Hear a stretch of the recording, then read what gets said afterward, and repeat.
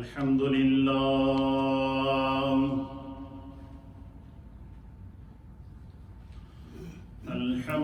لله نحمده ونستعينه ونستغفره ونؤمن به ونتوكل عليه ونعوذ بالله من شرور أنفسنا ومن سيئات أعمالنا من يهده الله فلا مضل له ومن يضلله فلا هادي له ونشهد أن لا إله إلا الله ونشهد أن سيدنا وسندنا ونبينا ومولانا محمدا عبده ورسوله أما بعد فأعوذ بالله من الشيطان الرجيم بسم الله الرحمن الرحيم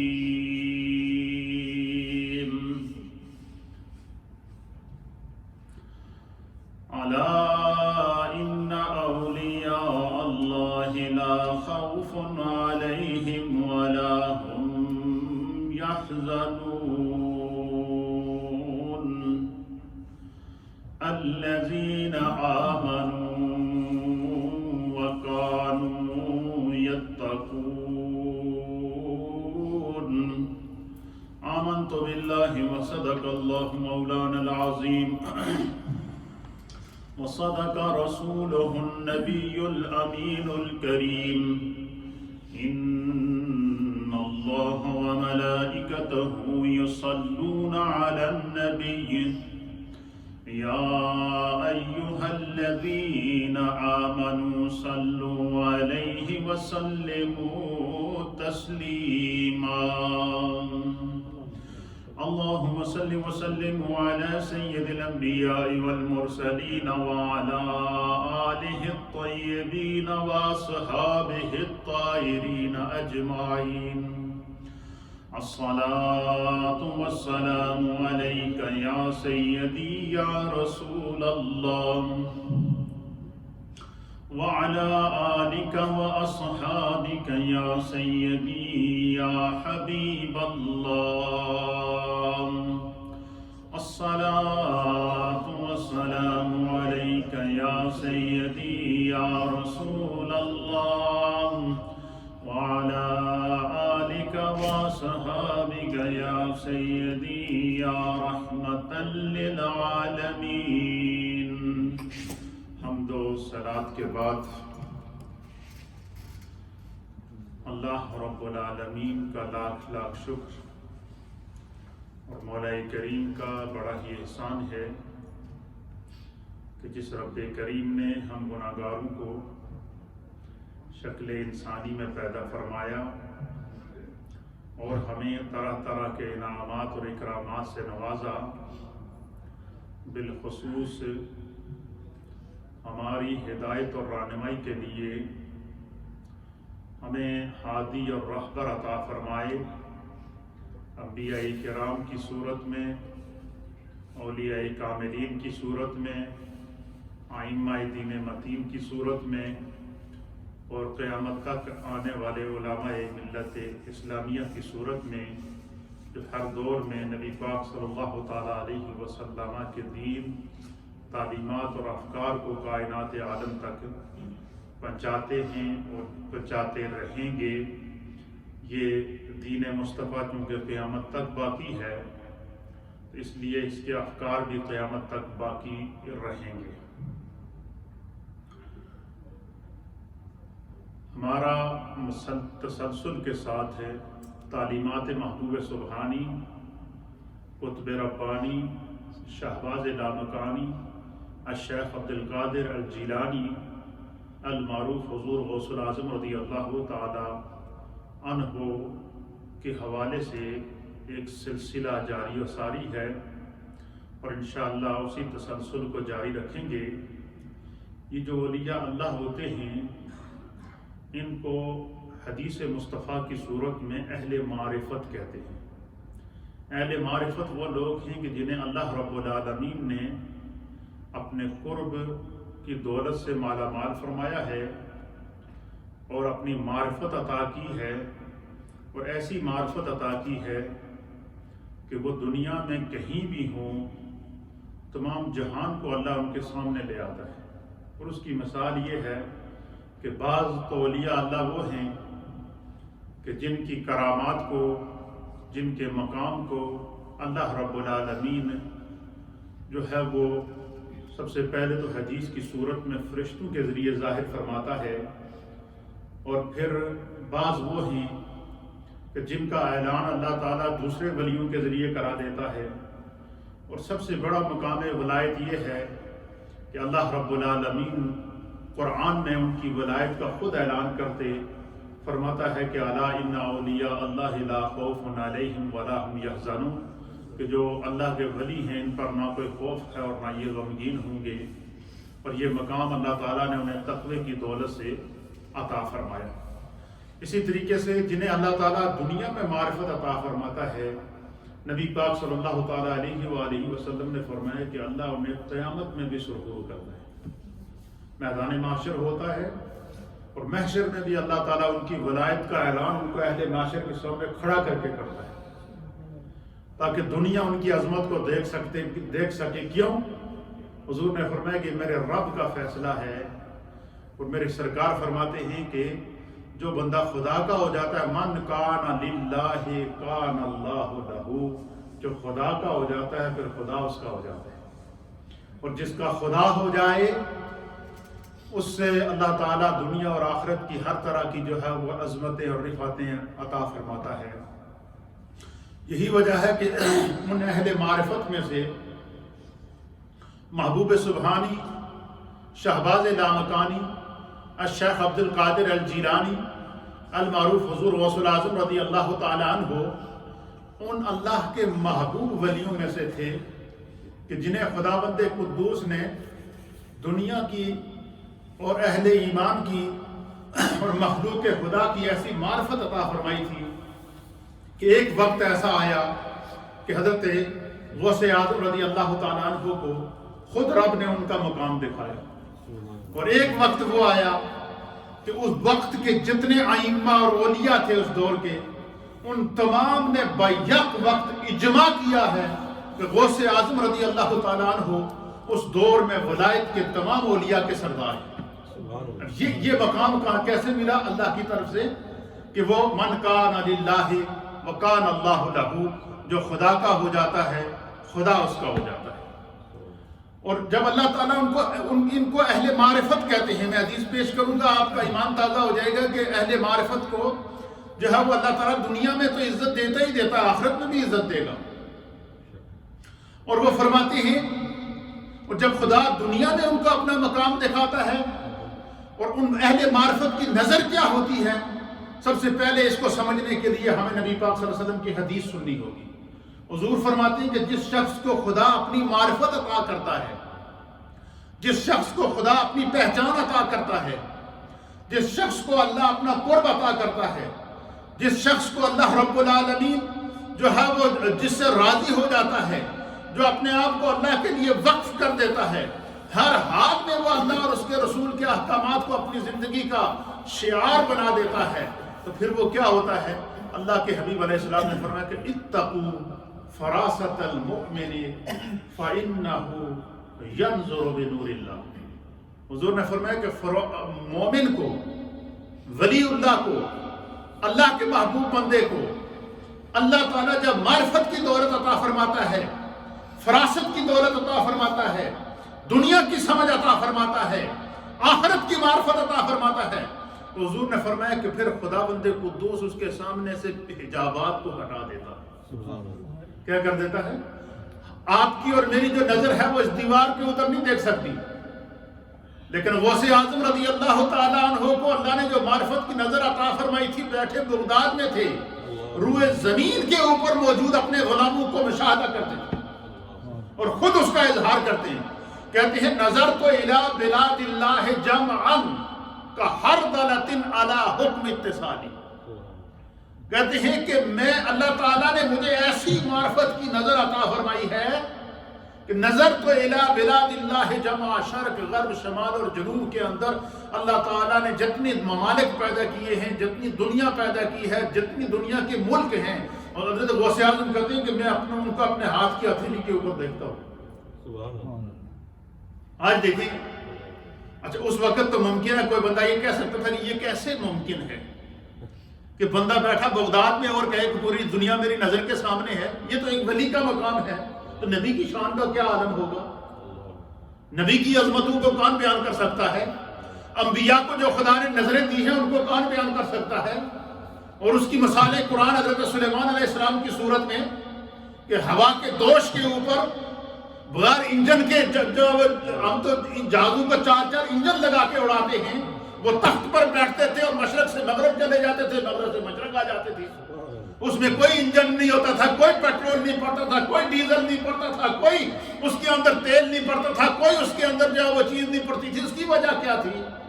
کہ یہ ایک نبی کا مقام اللہ دکھاتا ہے کہ کائنات نبی کی محتاج ہوتی ہے. نبی دنیا میں اللہ کے سوائے کسی کا محتاج نہیں ہوتا. اسی طریقے سے نبی اکرم صلی اللہ علیہ وسلم کی جو شان قرآن نے بیان کی ہیں، دیگر انبیاء اکرام کے جو معجزات بیان فرمائے ہیں، یہ سارے ان کے مقام کو قرآن ظاہر کر رہا ہے. اور بعد وہ ہے کہ جنہوں نے انبیاء اکرام پر ایمان لایا، ان کی تعلیمات کو اور ان کے راستے کو اختیار کیا، ان کے طریقے کو اختیار کیا اور اللہ تعالیٰ کی معرفت حاصل کر دی، اللہ نے انہیں بھی عزت عطا فرمائی. اور ان میں سے حضرت غوث اعظم رضی اللہ تعالیٰ عنہ، نبی پاک کے صحابہ اکرام جو سب سے پہلے انبیاء کے بعد صحابہ کا طبقہ، پھر تابعین کا طبقہ، اولیاء کاملین کا طبقہ، ائمہ دین متین کا طبقہ، علماء امت کا طبقہ، یہ وہ طبقات ہیں جو منتخب شدہ لوگ ہیں اور ان کا انتخاب خدا کی طرف سے ہوتا ہے. اللہ کی طرف سے ان کا انتخاب ہوتا ہے. ان کی زبان میں تاثیر، ان کے افکار میں تاثیر، ان کی مجلسوں میں تاثیر. اور آج کے دور میں اس چیز کو اگر سمجھنا ہو تو آپ نے 1-1.5 ہفتہ پہلے لاہور میں ایک ولی اللہ کے جنازے کو دیکھا ہو. اب وہ مخلوق کہاں سے آئی؟ ان تک وہ معرفت کا پیغام کیسے پہنچا؟ کدھر سے وہ مخلوق چل کر آئی؟ تو یہ انتخاب خدا کی طرف سے ہوتا ہے اور پھر اللہ تعالیٰ کے ان بندوں کے اندر اللہ تعالیٰ تاثیر پیدا فرماتا ہے. اب آپ اس چیز کو سمجھیں کہ اللہ تعالیٰ اپنے بندوں کو کس طرح معرفت عطا فرماتا ہے. غوث اعظم کہتے ہیں کہ جب میں زمین کے اوپر نظر دوڑاتا ہوں تو میری نظر 7 زمینوں کے نیچے چلی جاتی ہے. اللہ نے میرے سامنے معرفت کے پردے ہٹا دی. زمین کے اوپر نظر دوڑاتا ہوں تو نظر تو الی بلاد اللہ جمعا کحردلۃ علی حکم اتصالی، کہ نظر زمین کے اوپر نظر دوڑاتا ہوں تو تمام جہان کو اپنی نظروں کے سامنے دیکھتا ہوں، تمام ممالک کو، تمام بلاد اسلامیہ کو، تمام بلاد غیر اسلامیہ کو، ہر ایک کو اپنی ہاتھ کی ہتھیلی پر دیکھ سکتا ہوں.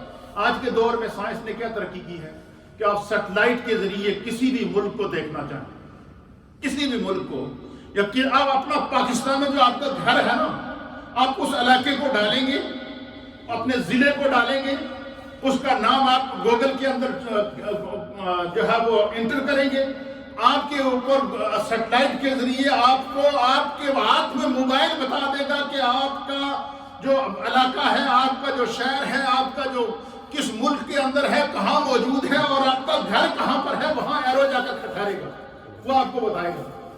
تو مجھے بتائیں اس دور میں تو کوئی اعتراض کر سکتا تھا کہ یہ کیسے ممکن ہے، لیکن آج کے دور میں اگر گوگل نے یہ کر کے دکھایا ہے تو کائنات کا سب سے بڑا گوگل وہ ہے جسے خدا نے اپنی معرفت عطا فرمائی ہے. اسی لیے حضور نے فرمایا کہ اتقوا فراست المؤمن فإنه ينظر بنور اللہ. ہم تو گوگل کے ذریعے سرچ کر کے اس پر ایمان لے آئے ہیں، اور جو اللہ کے نور سے دیکھتا ہے اس کی نگاہ کا کیا عالم ہوگا. اس لیے فرمایا کہ یہ اہل معرفت ہے. اولیاء اللہ کو کیا کہتے ہیں؟ اہل معرفت کہتے ہیں کہ خدا نے انہیں دنیا کی ہر چیز کی پہچان عطا فرمائی ہے.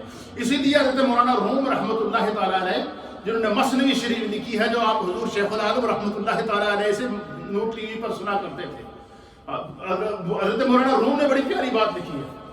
مولانا روم رحمۃ اللہ علیہ فرماتے ہیں کہ یہ جو اولیاء اللہ کی مجلس میں جب تم بیٹھو نا، میں تمہیں ان کی مجلس میں بیٹھنے کا ایک ادب بتا دیتا ہوں۔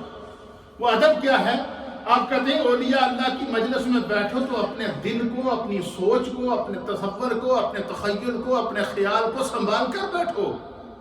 کیوں؟ وَهُمْ جَوَاسِيسُ الْقُلُوبِ، یہ دلوں کے جاسوس ہوتے ہیں۔ تم دلوں میں کوئی چیز سوچو گے، اللہ نے انہیں ایسی معرفت عطا کی ہوتی ہے تمہاری سوچ کو بھی سمجھ جائیں گے۔ اور اس فرمایا کہ علماء کی مجلس میں جب بیٹھو تو فرمایا اپنی زبان کو سنبھال کر بیٹھو، کہیں ایسا نہ ہو کہ تم ان سے بحث کرتے ہوئے یا کوئی ایسا کلمہ زبان سے نکال دو کہ تمہاری وہ فوراً گرفت کر لیں۔ تو آپ فرماتے ہیں علماء کی مجلس میں بیٹھو تو اپنی زبان کو سنبھال کر بیٹھو، اولیاء اللہ کی مجلس میں بیٹھو تو اپنے دل کو سنبھال کر بیٹھو۔ کیوں؟ وَهُمْ جَوَاسِيسُ الْقُلُوبِ، یہ دلاں دے جاسوس ہوندے ہیں، انہوں نے پتہ چل جاتا ہے کہ تسی کی سوچ رہے ہو۔ یہ ہے اہل معرفت۔ اور یہ اب ان کو اللہ نے جو سمجھ دی ہے وہ کیا ہے؟ وَهُمْ جَوَاسِيسُ الْقُلُوبِ، یہ دلوں کے راز بھی جانتے ہیں۔ ان کو جو خدا نے معرفت کی نظر عطا فرمائی ہے وہ نظر کیا ہے؟ نظر یہ ہے کہ اتقوا فراست المؤمن فإنه ينظر بنور اللہ، ان کی نظر ایسی ہے کہ یہ خدا کے نور سے دیکھتے ہیں، دیکھتے خدا کے نور سے ہیں۔ اور جب دیکھتے ہیں تو کیسے دیکھتے ہیں؟ اس کا اظہار غوث پاک نے کیا۔ کیا کیا؟ آپ فرماتے ہیں نظر تو الی بلاد اللہ جمعا کحردلۃ علی حکم اتصالی۔ فرماتے ہیں مشرق، مغرب، شمال اور جنوب میں اللہ نے جتنے ملک پیدا کیے ہیں، جتنے شہر پیدا کیے ہیں، جتنے گاؤں پیدا کیے ہیں، نظر تو میں ان کو دیکھتا ہوں اپنے ہاتھ کی ہتھیلی پر، اس طرح دیکھتا ہوں جس طرح رائی کے دانے کو بندہ ہاتھ پر رکھ کے دیکھتا ہے۔ اچھا، رائی کے دانے سے مراد کیا ہے؟ آپ دیکھیں گے جب ہم جہاز میں سفر کرتے ہیں تو جہاز کے اندر جو بندہ ونڈو سائڈ پر بیٹھا ہوتا ہے تو سفر کے دوران اگر آپ ونڈو کھول کر دیکھیں تو نیچے جو بڑے بڑے شہر ہوتے ہیں وہ اس طرح نظر آتے ہیں جیسے چھوٹی چھوٹی چونٹیاں ہیں۔ نیچے بڑے بڑے ٹریلے اور ٹرک چلتے ہوئے اس طرح نظر آتے ہیں جیسے چونٹیاں چلتی ہیں۔ ایسے نظر آتی ہیں یا نہیں آتی؟ اس طریقے سے سرکار غوث اعظم کہتے ہیں کہ جب میں اس جہان پر نظر دوڑاتا ہوں تو اللہ نے مجھے معرفت کی ایسی نظر عطا فرمائی ہے کہ تمام جہان میرے سامنے اس طرح ہوتا ہے کہ ہر دلتن، جیسے رائی کا دانہ ہے۔ یہ ہے نظر، یہ ہے ولایت، یہ ہے معرفت، یہ ہے اہل معرفت، یہ ہے وہ نظر جسے اللہ کے حبیب نے فرمایا ینظر بنور اللہ، یہ اللہ کے نور سے دیکھتا ہے۔ پھر اسی طریقے سے فرماتے ہیں کہ میں، یہ تو زمین کی بات ہے، جب میں آسمان کی طرف نظر دوڑاتا ہوں تو سرکار غوث اعظم کہتے ہیں کہ نظر من در لوح محفوظ است۔ آپ فرماتے ہیں کہ جب میں آسمان کی طرف نظر دوڑاتا ہوں تو لوح محفوظ پر کو اپنے سامنے دیکھتا ہوں۔ اور ایک مریض سے یہ بھی فرمایا کہ میں تمہیں یہ بھی بتا سکتا ہوں کہ لوح محفوظ پر جو تمہارے نام کی تختی لگی ہوئی ہے اس میں تمہارے گناہوں اور نیکیوں کو پڑھ کر تمہیں سنا سکتا ہوں۔ یہ ہے اہل معرفت۔ اچھا، یہ اہل معرفت کو خدا دنیا میں یہ مقام عطا فرماتا ہے اور آخرت میں کیا مقام عطا فرماتا ہے، اس کے لیے آپ نبی پاک صلی اللہ علیہ وسلم کی حدیث سنیں گے آپ کو مقام وصیت اور تعلیمات وصیت کی سمجھ میں آئے گی۔ اس حدیث کو امام ابو نعیم نے نقل فرمایا ہے اور دیگر محدثین نے نقل فرمایا ہے۔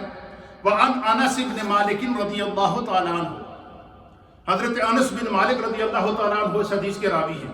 قال، آپ فرماتے ہیں قال رسول اللہ صلی اللہ تعالیٰ علیہ وآلہ وسلم، کہ نبی اکرم نور مجسم جناب سید العالمین محمد رسول اللہ صلی اللہ تعالیٰ علیہ وآلہ وسلم نے ارشاد فرمایا اذا جمع اللہ الاولین والآخرین ینادی مناد فی سعید واحد من بطنان العرش۔ اللہ اکبر، سبحان اللہ۔ آپ سنیں گے آپ کا ایمان تازہ آئے گا۔ حضرت انس کیا کہتے ہیں کہ نبی اکرم صلی اللہ تعالیٰ علیہ وسلم نے فرمایا کہ جب قیامت کا دن ہوگا، میدان محشر لگے گا، تمام انسان، اولین اور آخرین کے انسان، اولین اور آخرین، پہلے انسان سے لے کر آخری انسان تک، انبیاء اور ان کی امتیں، سارے اہل معاشر وہاں موجود ہوں گے۔ تو فرمایا کہ ینادی منادن فی صعید واحد من بطنان العرش، عرش کے جو پائے ہیں ان کے نیچے سے میدان محشر سے ایک شخص، ایک فرشتہ جس کی ڈیوٹی ہوگی وہ اللہ کی طرف سے منادی کرے گا، اعلان کرے گا۔ کیا کرے گا؟ میدان محشر ہوگا، اولین اور آخرین کے تمام لوگ جمع ہوں گے، یعنی پہلے انسان سے لے کر آخر انسان تک سب جمع ہوں گے۔ تو وہاں اللہ تعالیٰ فرمائے گا، ایک منادی اعلان کرے گا، اور وہ اعلان کیا کرے گا؟ این اہل المعرفت باللہ۔ کیا اعلان ہوگا محشر میں؟ این اہل المعرفت باللہ، جنہیں اللہ تعالیٰ نے دنیا میں اپنی معرفت کی دولت عطا فرمائی تھی، اپنی پہچان کی دولت عطا فرمائی تھی۔ این، وہ کہاں ہیں؟ ذرا کھڑے ہو جائیں۔ وہ کیا ہو جائیں؟ کھڑے ہو جائیں۔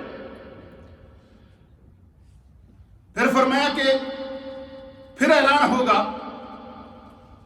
این المحسنون، وہ لوگ جنہوں نے دنیا میں اللہ کی خاطر کسی مجبور کے اوپر، کسی ضرورت مند کے اوپر، کسی مشکل میں پھنسے ہوئے انسان پر احسان کیا ہے، وہ کہاں ہیں؟ تو فرمایا کہ جب یہ اعلان کیا جائے گا این اہل المعرفت، وہ اہل معرفت جنہیں اللہ تعالیٰ نے معرفت کی دولت عطا فرمائی ہے وہ کہاں ہیں؟ تو قال، تو نبی اکرم صلی اللہ تعالیٰ علیہ وسلم نے فرمایا فَيَقُومُ أُنُقُمْ مِنَ النَّاسِ حَتَّى يَقِفُ بَيْنَ يَدَيِّ اللَّهِ فَيَقُولُ وَهُوَ عَالَمُ بِذَلِكَ۔ اللہ حضور فرماتے ہیں کہ جب قیامت کے دن، محشر کے دن اعلان ہوگا این اہل المعرفت، جنہیں اللہ نے دنیا میں اپنی معرفت عطا فرمائی تھی وہ کہاں ہیں؟ فرمایا کہ ایک جماعت کھڑی ہوگی، اولیاء اللہ کی ایک جماعت محشر میں کھڑی ہوگی، انہیں انبیاء بھی دیکھ رہے ہوں گے اور تمام اہل معاشر دیکھ رہے ہوں گے، ان کی شان کو اللہ دکھائے گا، اور اہل کفر بھی ان کو دیکھ رہے ہوں گے، اہل اسلام بھی ان کو دیکھ رہے ہوں گے، سب ان کو دیکھ رہے ہوں گے۔ تو وہ فرمایا کہ جب اللہ ان سے فرمائے گا این اہل المعرفت، وہ اہل معرفت کون ہیں؟ کھڑے ہو جائیں۔ تو اب نبی پاک صلی اللہ علیہ وسلم نے فرمایا کہ اس کی کیا وجہ ہے؟ وَهُوَ عَالَمُ بِذَلِكَ، حالانکہ خدا تو جانتا ہے کہ کون تھا اہل معرفت۔ اللہ کے علم سے تو کوئی چیز پوشیدہ نہیں ہے، اللہ تعالیٰ تو جانتا ہے، اللہ تو پہچانتا ہے۔ تو پھر اللہ تعالیٰ کیوں ان کو کھڑا کرے گا؟ اس لیے کہ خدا اس حدیث کی شرح کے اندر مفسرین اور محدثین نے لکھا ہے کہ خدا یہ چاہتا ہے کہ میرے یہ بندے جنہوں نے دنیا میں میری خاطر فَاذْكُرُونِي أَذْكُرْكُمْ، میری خاطر میرا ذکر کیا ہے، اور فرمایا کہ جب تم میرا ذکر کرو گے تو میں تمہارا ذکر کروں گا، تم خدا ہو، تم بندہ ہو کر میرا ذکر کرے گا، میں خدا ہو کر تیرا ذکر کروں گا، تو تنہائی میں میرا ذکر کرے گا، میں وحدہ لا شریک ہو کر تیرا ذکر کروں گا، تو اجتماع میں میرا ذکر کرے گا، میں ملائے اعلیٰ کے اندر تمہارا ذکر کروں گا۔ اس کی وجہ کیا ہے کہ حالانکہ اللہ تو جانتا ہے کہ جس کو خدا نے معرفت عطا فرمائی، جس کے ڈھنکے دنیا کے اندر بجے ہیں، غوث پاک کے مزار کے اوپر آج بھی ڈھنکے بج رہے ہیں، داتا علی حجویری کے مزار پر آج بھی ڈھنکے بج رہے ہیں ان کی ولایت کے، حضرت خواجہ معین الدین چشتی اجمیری کے مزار پر آج بھی ان کی ولایت کے ڈھنکے بج رہے ہیں۔ روئے زمین کے اوپر جو اولیاء کاملین موجود ہیں ان کے مزارات آج بھی مخلوق خدا سے پر نظر آتے ہیں۔ ہر ایک کو پتا ہے کہ یہاں ولی اللہ کا ڈیرا ہے، یہاں ولی اللہ کا مزار ہے، یہاں اللہ تعالیٰ کے محبوب لوگوں کا بسیرا ہے۔ جب ہر ایک کو پتا ہے، جب بندوں کو بھی پتا ہے، پھر قیامت میں اللہ فرمائے گا این اہل المعرفت، وہ اہل معرفت کون ہیں؟ کھڑے ہو جائیں۔ وجہ کیا ہے؟ اس حدیث کی شرح میں محدثین نے لکھا کہ اللہ تعالیٰ اولیاء اللہ کو ان کے مجاہدے کا، ان کے تقوی کا، ان کے اپنے رب پر ایمان کا، اپنے رب کی معرفت کا، اپنے آپ کو رب کے لیے وقف کرنے کا، اپنے رب پر توکل کرنے کا، اپنے رب کی عبادت کرنے کا اور نبی پاک کی سنت پر عمل ہونے کا اعزاز تو اہل معاشر کو دکھائے گا کہ من کان للہ وکان اللہ لہ، جو خدا کا ہو جاتا ہے خدا اس کا ہو جاتا ہے۔ فرمایا ولی اللہ کو اللہ تعالیٰ جس طرح دنیا میں عزت عطا فرماتا ہے، معاشر کے میدان میں تمام اہل معاشر کے سامنے اس جماعت کو کھڑے کر کے اللہ تعالیٰ بتائے گا کہ یہ وہ میرے لوگ ہیں جنہوں نے اپنی زندگیاں میرے لیے وقف کی ہوئی۔ یہ ایسے نہیں مزارات کے اوپر، اولیاء اللہ کے مزارات پر ایسے مخلوق جمع نہیں ہوتی، ایسے کوئی نہیں کسی مزار کے اوپر جاتا۔ تو یہ جو ہے وہ فرمایا کہ وہ کھڑے ہو جائیں گے تو پھر کیا ہوگا؟ فرمایا کہ جب وہ کھڑے ہوں گے تو پھر اللہ تعالیٰ ان سے سوال کرے گا۔ اللہ اکبر۔ پہلے کیا کہا کہ اللہ فرمائے گا این اہل المعرفت، اہل معرفت کہاں ہیں؟ کھڑے ہو جائیں۔ وَهُوَ ذَلِكَ وَهُوَ عَالَمُ بِذَلِكَ، حالانکہ خدا جانتا ہے ان کو، لیکن اللہ پھر بھی ان کو کھڑا کر رہا ہے۔ پھر جب وہ جماعت کھڑی ہو جائے گی محشر کے وقت، محشر کے میدان میں تمام انبیاء اولیاء امتوں کے سامنے جب وہ جماعت کھڑی ہو جائے گی تو فرمایا کہ اللہ تعالیٰ پھر ان سے دوسرا سوال کرے گا۔ کیا سوال کرے گا؟ اللہ فرمائے گا ما انتم، وہ تسی کون ہو؟ ما انتم کا کیا معنی ہے؟ آپ کون ہیں؟ کیا سوال کرے گا اللہ تعالیٰ کہ ما انتم، تم کون ہو؟ حالانکہ اللہ جانتا ہے۔ فرمایا کہ فیقولون، وہ پوری جماعت جتنی محشر کی کھڑی ہوگی قیامت تک، اللہ نے جسے ولایت کا تاج پہنایا، فیقولون، وہ سارے کے سارے بیک آواز بولیں گے، اعلان کریں گے۔ کیا کریں گے؟ وہ کہیں گے نحن اہل المعرفت الذین عرفتنا وإیاک وجعلتنا اہلا لذالک۔ اللہ اکبر، سبحان اللہ۔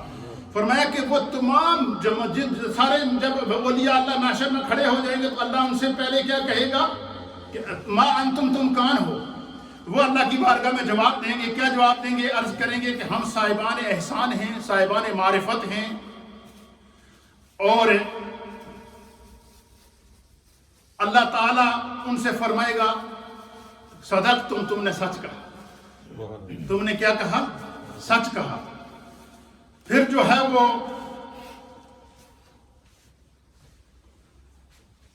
پھر فرمایا کہ پھر اللہ تعالیٰ کی بارگاہ میں ایک گروہ اور کھڑا ہوگا، اور ان کو کھڑا کر کے اللہ فرمائے گا کہ تم کون ہو؟ تو وہ کہیں گے کہ جو ہے وہ ہم وہ ہیں کہ جو خدا نے ہمیں عطا کیا تھا اس کے لیے ہم نے اپنے بینک نہیں بھرے ہیں، اس دولت کو ہم نے جمع نہیں کیا ہے، جہاں کوئی ضرورت مند دیکھا ہم نے اس کی مدد کی۔ اس کی ایک مثال آپ کو دیتا ہوں۔ اللہ کے ایک ولی تھے، ان سے کسی نے مسئلہ پوچھا کہ 100 روپے میں سے 100 درہم میں سے کتنی زکوٰۃ نکالنی چاہیے؟ تو انہوں نے فرمایا کہ عام آدمی کی زکوٰۃ بتاؤں یا خاص آدمی کی زکوٰۃ بتاؤں؟ عام آدمی کی زکوٰۃ بتاؤں یا خاص آدمی کی زکوٰۃ بتاؤں؟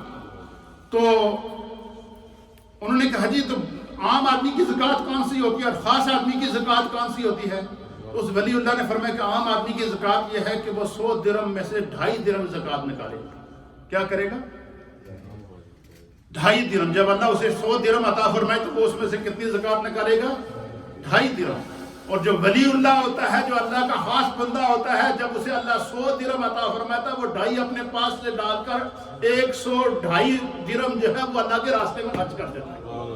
اور اس کی مثال ہمارے سامنے سیدنا ابو بکر صدیق رضی اللہ تعالیٰ عنہ کی ہے کہ سیدنا جب نبی اکرم صلی اللہ تعالیٰ علیہ وآلہ وسلم نے فرمایا کہ جو ہے اللہ کے راستے میں مال خرچ کرنا ہے تو اپنی ساری کی ساری متاع کو لا کر جسم کے اوپر پردہ ڈانپنے کے لیے ایک چادر رکھی، بلکہ سب کا سب اللہ کے راستے میں قربان کر دیا۔ تو فرمایا کہ وہ احسان کرنے والوں کو بھی اللہ قیامت کے دن جو ہے وہ فرمائے گا۔ تو یہ وہ مقام اولیاء ہے جسے نبی اکرم صلی اللہ تعالیٰ علیہ وآلہ وسلم نے خود بیان فرمایا کہ اللہ تعالیٰ جس ولی کو دنیا میں عزت عطا فرماتا ہے، جس طرح دنیا میں اس کی عظمت کا ڈھنکا بج رہا ہوتا ہے، محشر میں بھی خدا اس کی عزت کو دکھائے گا۔ اس لیے ہم کہتے ہیں کہ جو اولیاء اللہ سے وابستہ ہو جاتا ہے تو مولانا روم رحمۃ اللہ علیہ کہتے ہیں جب اولیاء اللہ نہ لڑ لاؤ تو سچے دل نہ لاؤ۔ کیوں؟ وَهُمْ جَوَاسِيسُ الْقُلُوبِ، دلاں دے جاسوس ہوندے نے، تسی جڑا کہ سوچتے ہو انہوں کو پتہ چل جاندا ہے۔ کیوں؟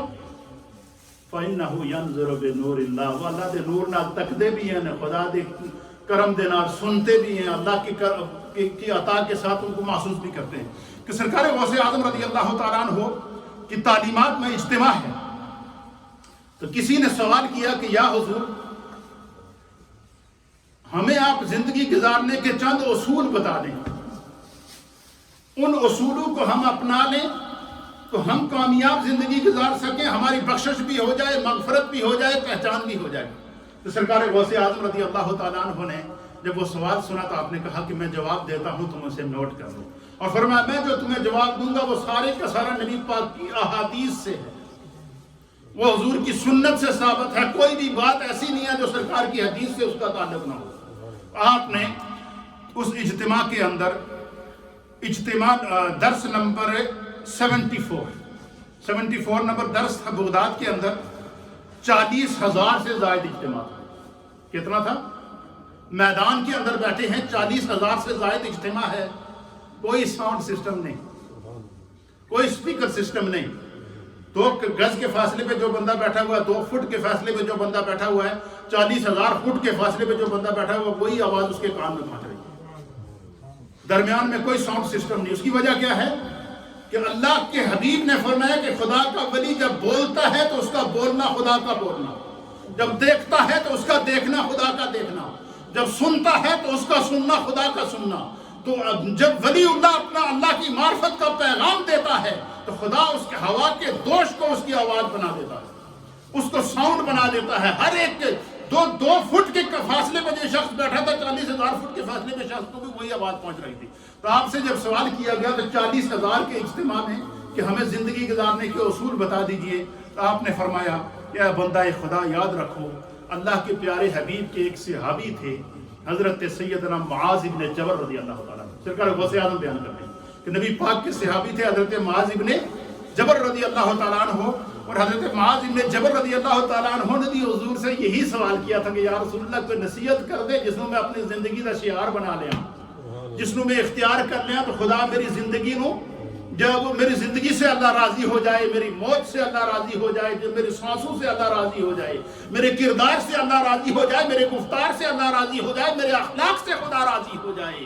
جب حضرت معاذ ابن جبل نے یہ سوال کیا تو سرکار غوث اعظم کہتے ہیں کہ سرکار دو عالم صلی اللہ تعالیٰ علیہ وسلم نے حضرت معاذ ابن جبل کو 20 زندگی گزارنے کے اصول بتائے۔ کتنے بتائے؟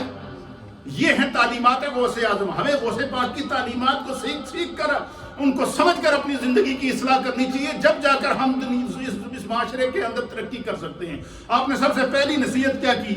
آپ فرماتے ہیں کہ حضور علیہ السلام نے حضرت معاذ ابن جبل سے سب سے پہلی نصیحت کی کہ سب سے پہلی بات یاد رکھو، اتقوا اللہ، ہمیشہ اللہ کا خوف دل میں رکھو۔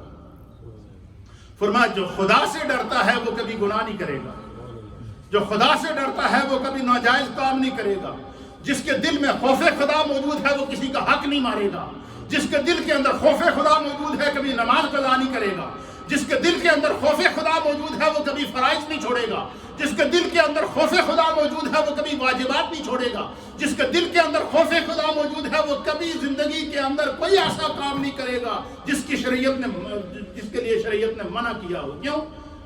جب وہ فوری طور پر کوئی کام کرے گا تو اس کے دل کا تقوی اسے مجبور کرے گا، یہ تو گناہ کی بات ہی ہے، اس سے تو اللہ اور اس کے رسول نے منع کیا ہے۔ تو آپ نے فرمایا کہ اگر زندگی میں کامیاب ہونا چاہتے ہو تو اپنے دل میں خوف خدا پیدا کرو۔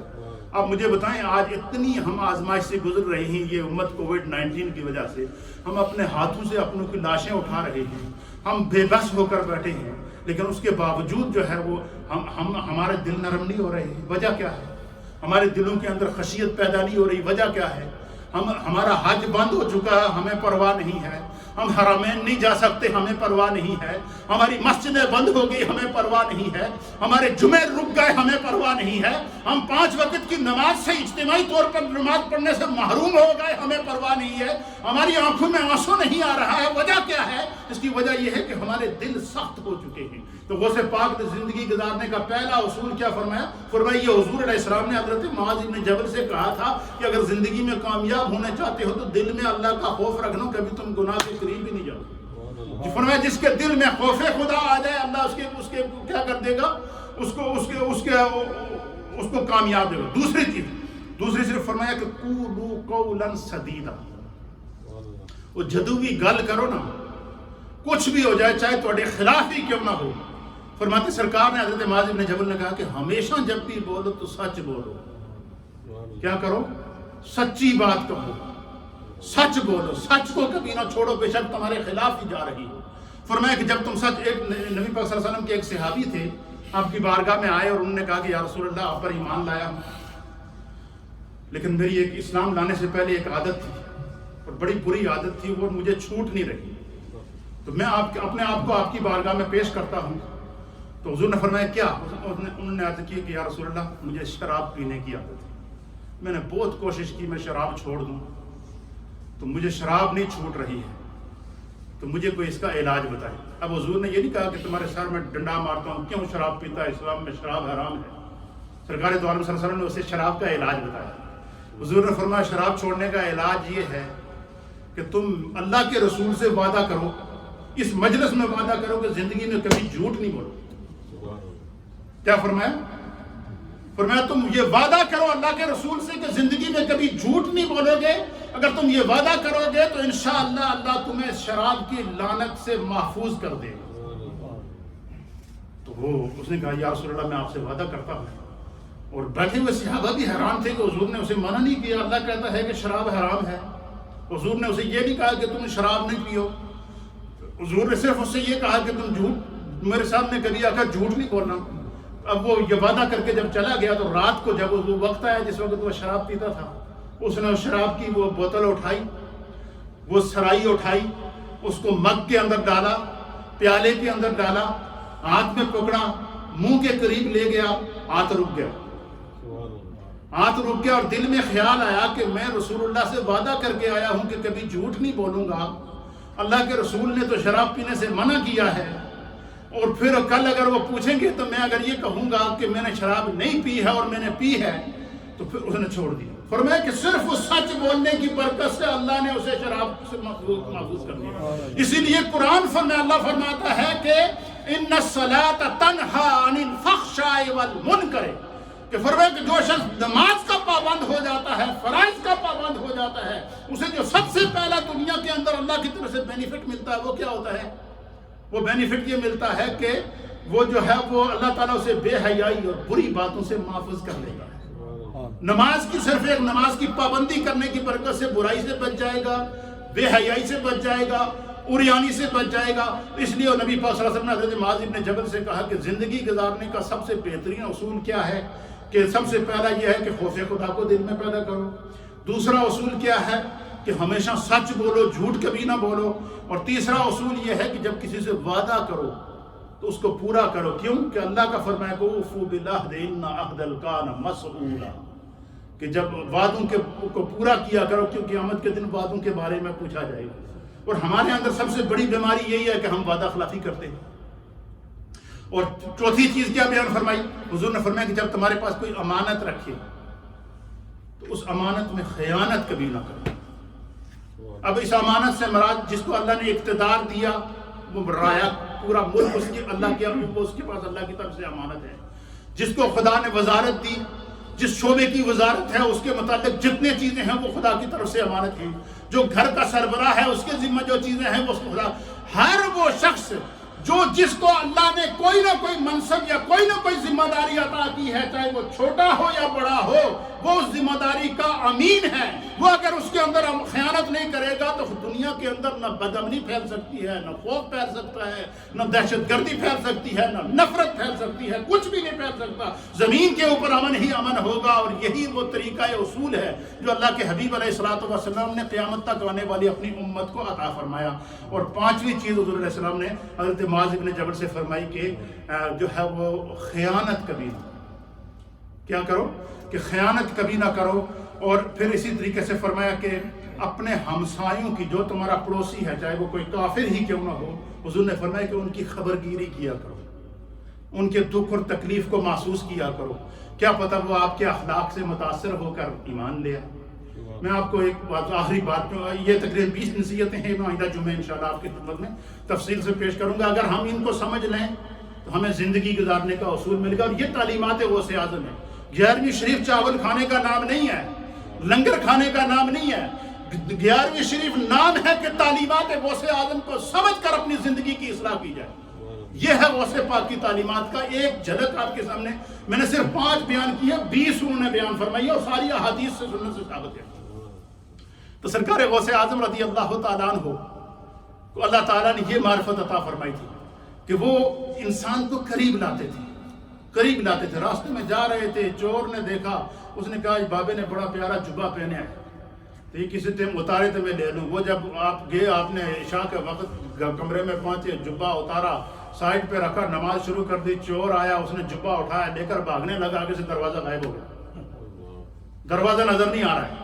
پھر جبے کو نیچے چھوڑ دیتا, دروازہ نظر آ جاتا. پھر اس کی سیٹ کے اوپر جبہ لے کر جاتا ہے. اتنے دوران غوث اعظم نماز پڑھ رہے. اس دوران حضرت خضر علیہ السلام کی طرف سے میسج آ گیا کہ فلاں علاقے کا کتب فوت ہو گیا ہے, کچھ لوگ وہاں کے اولیاء کھڑے ہیں, ان کے حوالے کرو. فرمایا وہ چٹائیاں دے پیچھے چھپے انہوں دے دیو. وہ شور کرتا رہا کہ بھائی میں تو چور ہوں. آپ نے فرمایا جب آیا تھا تو چور تھا, وہ اس کی نگاہ پڑ گئی ہے. کیوں؟ فَإِنَّهُ يَنْظُرُ بِنُورِ اللَّهِ. اگر ولی کی نگاہ انسان کے ظاہر اور باطن کو بدل سکتی ہے تو جسے ولی کی صحبت مل جائے اس کا کیا عالم ہوگا. اور اسی بات کو اگر آپ انبیاء کی بارگاہ میں لے جائیں تو نبی کی نگاہ کا کیا عالم ہوگا, اور جو نبی کی صحبت میں رہنے والے صحابہ تھے ان کا کیا عالم ہوگا, ان کی عظمت کا کیا عالم ہوگا. اور عظمت کا عالم کیا تھا؟ فاروق اعظم مسجد نبوی کے منبر پر بیٹھے ہیں, حضرت ساریہ شام کے اندر لشکر لے کر گئے ہیں, دشمن نے پہاڑ کے اوپر سے لشکر پر حملہ کر دیا. جمعے کے خطبے کے دوران حضرت فاروق اعظم نے کہہ دیا یا ساریۃ الجبل, اے ساریہ اپنے مجاہدین کو لے کر پہاڑ کی اوٹ میں آ جاؤ, دشمن اوپر سے حملہ کر رہا ہے. حضرت ساریہ کہتے ہیں ہم نے فاروق اعظم کی آواز کو جو ہے وہ شام میں سنا اور فوراً پہاڑ کی اوٹ میں آ گئے اور ہم نے دشمن کو شکست دی. تو فَإِنَّهُ يَنْظُرُ بِنُورِ اللَّهِ. اللہ تعالیٰ کی یہ معرفت کے صاحب معرفت لوگ ہوتے ہیں. اللہ ہمیں دین کو سمجھنے کی توفیق عطا فرمائے.